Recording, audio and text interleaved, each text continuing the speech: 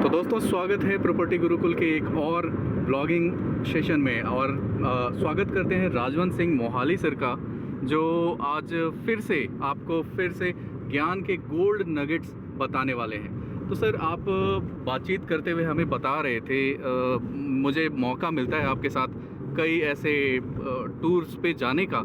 उसमें सर आप एक अपने जर्नी के बारे में बता रहे थे, जिसमें आपने बताया था कि आपके पास अपना एक मेडिटेशन रूम होता था जिसमें आप अपने थॉट प्रोसेस को बनाते थे। सर क्या था सर वो थॉट प्रोसेस, कैसे हमारे फ्यूचर रियल एस्टेट वालों को मदद कर सकता है सर? सिर्फ रियल एस्टेट को मदद नहीं करता, ये हर जीवन के हर पड़ाव पर, हर पहलू पर आपकी मदद करता है। मैं जो महसूस करता हूँ, सबसे ज़्यादा बड़ी चीज़ ये महसूस करता हूँ कि हर बिजनेस को लेके, जिस मर्जी बिजनेस में हो या आपकी कोई फैमिली के हिसाब से हो, आप उसकी हर एंगल से, हर पहलू से उसके बारे में चिंतन करो, मंथन करो, कैलकुलेशनें करो, सब कुछ करो, तब जाके आप उसमें हो सकते हो। और इस चीज़ के लिए हमें कोई ना कोई अलग से कक्ष चाहिए होता है। तो ये कक्ष था जो मेरे पास, मैंने अपने ऑफिस में बनाया हुआ था। तो मैंने एक रूम सेपरेट बनाया हुआ था जिसमें मैं अंधेरा रखता था और सोफा लगा हुआ था, लाइट कोई नहीं जगती थी, मैं अपना कोई फ़ोन लेके नहीं जाता था। जब मेरा मन करता था और जब मैं फ्री फील करता था तब मैं अंदर चला जाता था और अंदर जाके उसके बैठ के आंखें बंद करके, जैसे मेडिटेशन करते हैं उस तरीके से बैठ के ही मैं सोचता था कि मैं, यदि मैंने प्रॉपर्टी के बारे में सोचना है तो प्रॉपर्टी की बात करता था, सोचता था, उसकी कैलकुलेशन ही करता था, उसका फ्यूचर देखता था, उसके मतलब टाइटल के बारे में सोचता था, या उसके और जितने भी एंगल हो सकते हैं मैं उसके सारे एंगल्स के बारे में सोचता था। तो ये मेरा जो कक्ष था, जो मेरा ये एक रूम बनाया हुआ था, सेपरेट रूम, उसको मैं थिंकिंग रूम कहता था। तो मैं दोस्तों सभी को ये कहना चाहता हूँ कि आप एक थिंकिंग रूम जरूर बनाओ, चाहे आप अपने वॉशरूम को बनाओ, बाथरूम को बनाओ, टॉयलेट जाते हो, टॉयलेट पर बैठ के सीट पर, कमोड सीट पर बैठ के आप सोचने की प्रक्रिया शुरू करो। मैं तो ये समझता हूँ कि जो आदमी बाथरूम में जाके भी सोचता है ना, उसको मैं शांति निकेतन कहता हूँ बाथरूम को। जितना बाथरूम में बैठ के आपको आइडिया आते हैं, कहीं भी नहीं आते, तो आप जितना दुनिया से कट के अलग होके आप सोच सकते हो, अच्छे तरीके से सोच सकते हो, उससे ऊपर कुछ भी नहीं है। आप सोचते जाओ और करते जाओ, आप जितना सोचते जाओगे, जितना करते जाओगे, आप देखना आपकी जिंदगी में उतनी ही रोशनी बढ़ती चली जाएगी। सर आप रे क्रॉक के बुक्स का हमेशा ही रिकमेंड करते हैं सर हमें पढ़ने के लिए। रे क्रॉक ने सर अपनी मूवीज़ वगैरह में बताया हुआ है पावर ऑफ विजुअलाइजेशन। आप सर कितना सहमत हैं, जब कोई भी अपनी जर्नी स्टार्ट कर रहा है सर रियल एस्टेट के फील्ड में, वो अपने आप को विजुअलाइज करके कितना आगे बढ़ सकता है, या आपकी नज़र में इसका, आपके अनुभव में? मैं तो इसको, मैंने नहीं तो पढ़ा था कि रे क्रॉक क्या विजुअलाइज करता है क्या नहीं, लेकिन मैंने आज से 27 साल पहले जब मैंने अपना रियल एस्टेट भी शुरू किया था, तब मैंने कोई किताबें नहीं पढ़ी थी, लेकिन मैं तब भी अपना बिजनेस को विजुअलाइज करता था।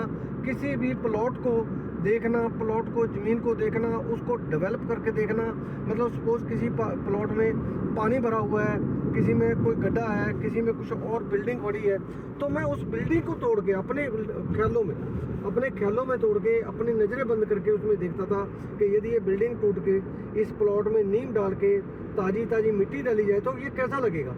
इसी तरीके से कोई जलाशय था, कोई मतलब छप्पड़ वगैरह होता है जो जिसमें पानी खड़ा होता है, तो यदि उस प्लॉट में पानी खड़ा है, उस ज़मीन में पानी खड़ा है, यदि हम उस ज़मीन में पानी निकाल के मिट्टी डाल देते हैं, तो वो मिट्टी डाल के हम रोड लेवल पे कर लेते हैं, प्रॉपर पे कर लेते हैं, तो वो प्रॉपर्टी दिखेगी ना, तो वो आपको बहुत ज़्यादा सुकून देने वाली होगी, प्रॉफिट देने वाली होगी, मज़ा देने वाली होगी। आपको अपने थॉट प्रोसेस के ऊपर आपका कॉन्फिडेंस लेवल बढ़ता चला जाएगा। जितना आपका कॉन्फिडेंस लेवल बढ़ेगा, उसी तरीके से आप आगे बढ़ते चले जाओगे, क्योंकि सबसे बड़ी चीज़ ये कैलकुलेशन ही होती है इसमें, और दूसरे नंबर पे कॉन्फिडेंस होता है। रियल एस्टेट बिजनेस हो या कोई भी बिजनेस हो, जो आदमी लीड करते हैं वो सिर्फ अपनी कैलकुलेशन और अपने जो विश्वास होता है उसके सिर पर लीड करते हैं। सर अभी हमारी बात चल रही थी रियल एस्टेट और फेक एस्टेट के बारे में। रियल एस्टेट और फेक एस्टेट सर ज़मीन आसमान का फ़र्क है, लेकिन क्या कारण है सर भारत में इतने ज़्यादा लोग फेक एस्टेट के, क्या इन कंपनीज़ के मार्केटिंग का कमाल है, या कैसे ये फंसते हैं सर? क्या कारण हो सकता है सर आपकी नज़र में? एक्चुअली हमारा जो थॉट प्रोसेस है, जो परचेजर है उसका थॉट प्रोसेस क्या है उसको खुद ही नहीं पता। वो प्रॉपर्टी, उसके पास पैसे होते हैं कि मेरे पास पैसे हैं, मैंने पैसे खर्चने हैं, खर्चने का मतलब खर्चने हैं या इन्वेस्ट करने हैं, इस बात को ही लेके उसको नहीं पता लगता। जब इस बात का नहीं पता लगता तो अपनी मर्जी से, मतलब या अपने किसी रिश्तेदार की मर्जी से वो जाके कहीं ऐसी प्रॉपर्टी ले लेता है जिस प्रॉपर्टी में ना तो कोई बढ़ने की गुंजाइश होती है, ना उसकी कोई मंथली रेंटल होता है, ना कुछ होता है। तो ये ऐसी प्रॉपर्टी जो मैं इस ऐसी प्रॉपर्टी को मैं हमेशा real estate versus fake state का मतलब एग्जांपल देता हूँ। रियल स्टेट क्या है, मेरे हिसाब से रियल स्टेट क्या है? रियल स्टेट कहीं भी प्रॉपर्टी हो, शहर में नहीं हो ना हो, बेशक ना हो, कहीं भी प्रॉपर्टी हो, यदि आप उसको डेवलप करके, उसको तैयार करके, उसको प्रॉपर्टी को प्रमोट करके यदि आप पैसा उसमें से निकाल सकते हो तो वो ही रियल स्टेट है। आप शहर के सेंटर में ले लो, फ्लैट ले लो या कोई ऐसी प्रॉपर्टी ले लो जिसको मतलब जो नहीं बिक सकती, जो जिसको मतलब जिससे हम कुछ पैसा नहीं निकाल सकते, तो वो प्रॉपर्टी मेरी नज़र में फेक स्टेट होती है। तो real estate versus fake state मैंने अपनी वीडियोज़ में भी बोला है। रियल स्टेट का मतलब ये है कि आपकी प्रॉपर्टी, जो मैं कहता हूँ कि आप उससे बात करो, अपनी प्रॉपर्टी से जाके बात करो, वो प्रॉपर्टी आपको बताएगी कि मैं क्या हूँ, आपके अपने इंट्रोडक्शन बताएगी, तो वो प्रॉपर्टी को आप प्रमोट कर सकते हो, प्रॉपर्टी को प्रमोट करके उसमें से पैसा निकाल सकते हो। तो मैंने देखा है कि मेरे सलाहकार हैं, जो मेरे रियल स्टेट एजेंट मेरी लाइफ में है, मेरे लिए काम करते हैं, तो वो लोग कई बार मेरे को बोलते हैं कि सर ये प्रॉपर्टी नहीं लेनी, ये ऐसे रहेगा जी, ऐसे रहेगा, लेकिन मैं उनकी मर्जी के खिलाफ भी प्रॉपर्टी लेता हूँ और मर्जी के खिलाफ भी जाके भी मैं उनमें से पैसा निकाल लेता हूँ। तो मेरा मतलब ये है कि मैं जब प्रॉपर्टी से जाके बात करता हूँ, तो मेरे को पहले मैं पहचानता हूँ उसको, क्योंकि कोई भी आप फ्रेंडशिप किसी से करते हो, पहले आपका उसको जानना जरूरी है। मैं वो प्रॉपर्टी से फ्रेंडशिप करता हूँ, उसको जानने की कोशिश करता हूँ, उसके आसपास को जानने की कोशिश करता हूँ। जब मेरे को ठीक लगे कि ये इसका टेम्परामेंट मेरे साथ मैच कर रहा है, तो मैं वो प्रॉपर्टी परचेज़ करने में टाइम नहीं लगाता, फिर प्रॉपर्टी परचेज़ करके उसको डेवलप करके आगे भेज देता हूँ। तो मेरा सिर्फ यही मेरा जो एक थ्योरी मैंने ज़िंदगी में रखी हुई है, यही एक रणनीति मैंने अपनी ज़िंदगी में अपनाई हुई है। तो ये रणनीति को लेके ही मैं चल रहा हूँ और यही मैं आपको, जो लोग मेरे व्यूअर्स हैं, जो लोग मेरे किताब के रीडर्स हैं, मैं उनको भी यही कहना चाहता हूँ कि आप अच्छी तरीके से सोच समझ के एजुकेशन लेके हर एंगल से, हर पहलू से समझ के आप खर्च करो, इन्वेस्ट करो और पैसा कमाओ। आपका जो फंडाज है जो आपके, वो बिल्कुल फंडा जो क्लियर होना चाहिए आपको कि आप इसमें अपने लिए ले रहे हो, अपने इन्वेस्टमेंट के लिए ले रहे हो प्रॉपर्टी, या किसी और एंगल से ले रहे हो, क्या वो इसमें पूरा करती है या नहीं करती। तो ये सबसे ज़रूरी है। लोगों को एजुकेशन मैं समझता हूँ कि ज़रूर लेनी चाहिए, क्योंकि ये फाइनेंशियल एजुकेशन है, इसमें रातों रात अमीर बनते हैं लोग और रातों रात इसमें नुकसान भी बहुत हो जाते हैं।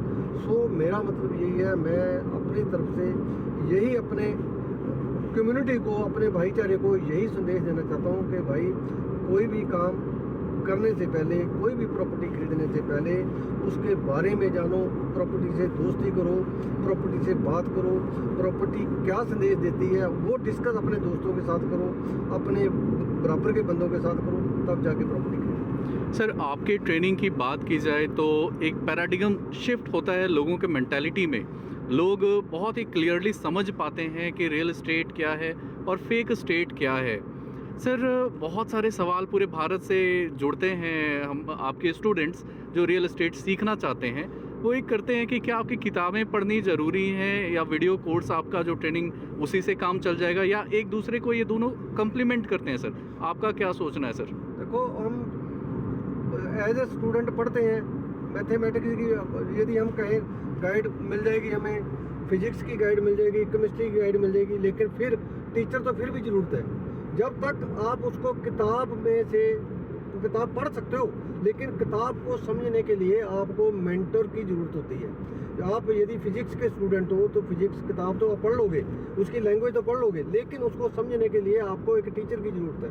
तो इसी तरीके से मैं ये कहता हूँ, मेरी किताबें पढ़ने से आपको कुछ क्लैरिटी हो सकती है, मेरी वीडियो देखने से कुछ क्लैरिटी हो सकती है, लेकिन आपके हर डाउट का जवाब मेरी किताब में नहीं मिल सकता। मेरी किताब, यदि आपको अपने हर एक डाउट का जवाब चाहिए तो आपको मेरे से बात करनी ही पड़ेगी, तब जाके मैं आपको समझा पाऊँगा कि आप किस तरीके से सोच रहे हो और इस सब्जेक्ट को हमने किस तरीके से सोचना है, और जो ताकि हमें उसके बहुत अच्छे रिजल्ट मिल सके, बहुत इफेक्टिव रिजल्ट मिल सके।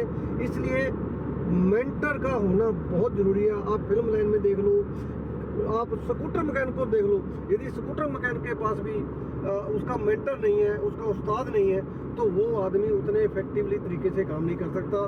बाल काटने वाला नाई बिना अपने उस्ताद के काम नहीं कर सकता। जूती सिलने वाला मोची अपने उस्ताद के बिना काम नहीं कर सकता। तो ये रियल स्टेट है, इसमें करोड़ों रुपए की इन्वॉल्वमेंट है, करोड़ों रुपए का लेन देन होता है। तो इसमें भी मैं ये समझता हूँ, इसमें भी एक मेंटर की ज़रूरत है, और सबसे ज़्यादा ज़रूरत है। दूसरे जो प्रोफेशन है उनसे कहीं ज़्यादा ज़रूरत है, क्योंकि आपने करोड़ों रुपए आपने लगाने हैं या किसी ये अपने दोस्त के लगवाने हैं। कहीं ऐसा ना हो कि आपकी किसी गलती की वजह से उसके पैसे फंसें तो आप दिक्कत में आ जाओ। सो दोस्तों, मैं यही कहना चाहता हूँ कि जब भी कोई काम करना है आपने सीख के करना है यार। यदि सीख के करोगे तो भी आपको ज़्यादा रिजल्ट मिलेगा। और सीखना, learning is the process of earning, ये मैंने अपनी किताब में लिखा है, लर्न बिफोर यू अर्न। मतलब मैं हमेशा ये कहता हूँ, learning is the process of earning. ये आपको सीखने ही चाहिए। यदि आप नहीं सीखोगे तो आपका कॉन्फिडेंस नहीं बढ़ेगा, आपकी बॉडी लैंग्वेज में इम्प्रूवमेंट नहीं होगी, आपका जो आई कांटेक्ट है उसमें इम्प्रूवमेंट नहीं होगी। इसलिए आप जितना सीख सकते हो, जितने नॉलेज वाले बंदों के साथ सीख सकते हो, बात कर सकते हो, बात करो, अपने डाउट क्लियर करो। अपने डाउट क्लियर करते करते आप एक दिन एक्सपर्ट बन जाते। तो दोस्तों, ये थे rich dad of India Rajwant Singh Mohali sir. दोस्तों, आपकी जानकारी के लिए मैं बताता चलूँ, राजवंत सिंह मोहाली सर का हर संडे को रात को एक लाइव यूट्यूब सेशन होता है, जिसमें आप टेलीफोन करके डायरेक्टली इनसे कोई भी सवाल पूछ सकते हो जो रियल एस्टेट के बारे में हो। सवाल करने के लिए आप 7837464646 पे कॉल कर सकते हो और राजवंत सिंह मोहाली सर से बात कर सकते हो। धन्यवाद दोस्तों, आशा है आपको ये सेशन हमारा अच्छा लगा होगा और ज्ञानवर्धक लगा होगा। धन्यवाद।